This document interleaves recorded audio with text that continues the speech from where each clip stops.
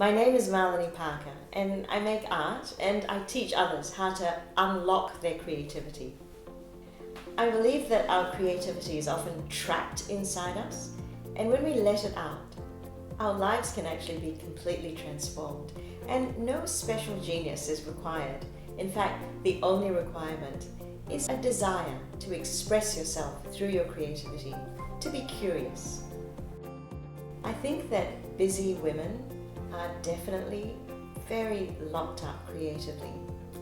Their nature is to give of themselves almost limitlessly to their families, to their partners, their work, and then very little or nothing is left over for themselves.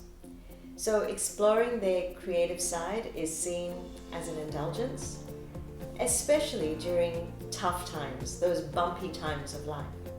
My life has had quite a few complicated and incredibly sucky bits, but I think that these complications are actually what make life interesting. Maybe I'll give you the highlights or the lowlights of those bumpy bits. Let's see. When I was in my 30s, I had a very long stint suffering from chronic fatigue syndrome. In fact, it was 7 years. It affected every part of my life. There were days when I couldn't walk. I didn't have the strength to hold a cup. And I was raising a small child. Now, raising a child, holding a marriage together, and coping with a chronic illness, it's no walk in the park.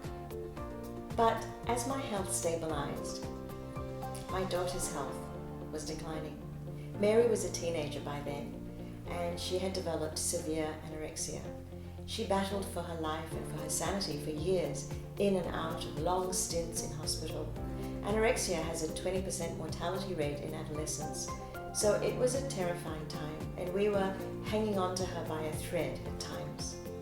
Then, as her health stabilized, my husband developed stage 4 renal cell carcinoma with metastases. What that means is terminal kidney cancer. And he was given possibly 6 months, maybe up to 2 years to live. But he survived nearly 4 years, and he passed away in 2014.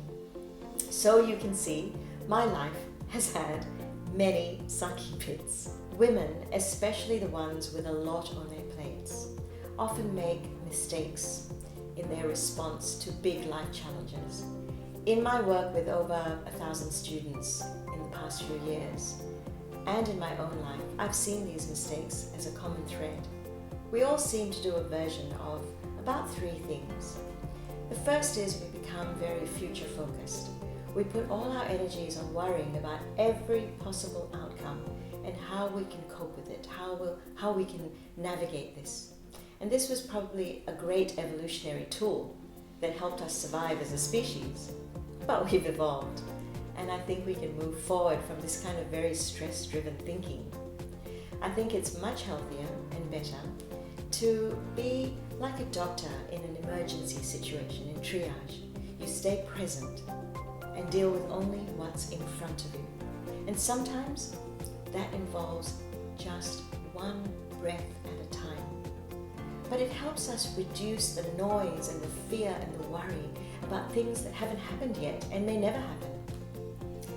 And more than that, as we focus on what's directly in front of us, we can allow ourselves to not just see the sucky bits, but also the really good bits, because they tend to get forgotten.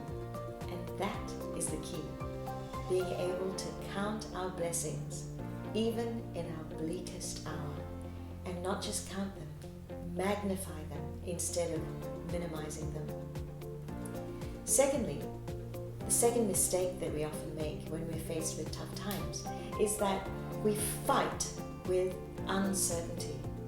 One of the most difficult things about those sucky bits of life is that they give us the feeling that we're standing on shifting sands, that we can't control our lives, nothing is certain. And all we want is stability and certainty, so we fight against this feeling. So what are we to do? Well, let me share with you my own experience many years ago when Mary was still sick in hospital and life really sucked. I experienced a kind of epiphany. The level of uncertainty around us in our lives was at its peak. And I realized in a kind of a moment of clarity that I had to stop fighting the uncertainty, and instead I had to make it my ally. The only certainty is that nothing is certain. But if you can turn that on its head, it means that anything is possible, even very good things. So why not make uncertainty our ally? Now, the third mistake that we make when life gets tough is that we neglect or ignore completely our creativity. Creative expression is not just an indulgence or something for gifted people of the world. Creativity is our birthright, every single human being's birthright. And I think we ignore it at our own peril. How do I know this? Well, I'm so convinced of this because of my own life experience, mine, my daughter's, and my husband's. When I was sick with chronic fatigue syndrome, my life journey took a major twist. This is what happened. At the time, I had 3 science degrees under my belt, including a master's degree in medical science, and I had about 10 years of working in that field. But I decided to go to art school, and from day one, my head and my heart exploded. It was as if I had fallen in love. And pretty soon, my illness was more in the background than in the foreground. Of course, there were many other changes that I made that led to my recovery, but this was a major part. There is something quite mysterious to the creative flow. I think it releases many healing and empowering hormones in the body. And then there was my daughter. When she was in hospital, I used to visit her daily, and I noticed that the only relief from the terror and the depression that clouded her mind and her heart seemed to come when we made art together. And even as she entered the long road to recovery, she credits developing her own artistic practice as a photographer as a major tool in stabilizing her own mental health. And then there was Gregory, my late husband. He was a musician and a composer, and in the 4 years that he was ill, he staged 5 shows. Each time, I clearly saw that working on his music was keeping him alive. It was making him happy. In fact, I think it was scaring the cancer into a corner. His last show was just 6 weeks before he died, and I think it was his best. He died with a heart full of joy that he had expressed himself fully and completely. And lastly, after he died, my husband of 27 years, of course my world was shattered, but it was my own creative practice that gradually brought me back to my center and helped me find my way back. At first, the grief was all-encompassing. I lost myself, and importantly, I allowed myself to just be lost. I stayed present to the grief, and I didn't push it away or worry about how I was going to navigate the future. And then a gratitude practice emerged very naturally and beautifully, and this was a lifesaver for me. And eventually, by leaning into my own creative expression, the lost parts of me, they seemed to come back together. And I found that it was possible to experience great joy, even alongside deep grief, with a combination of mindfulness, of staying present, of gratitude, and of creative expression. Eventually, about a year after Greg died, I developed a workshop that brought all these elements together, and I called it Finding Your Way Home. I figured that many people may have experienced a big life challenge, which may or may not be losing a loved one.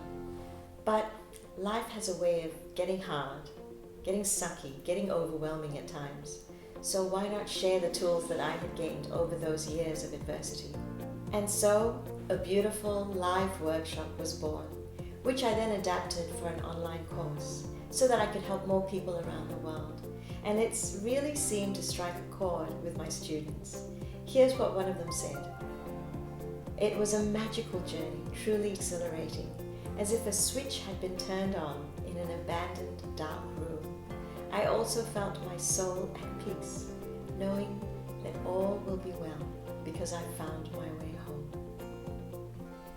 And that, my friends, is the magic of creativity.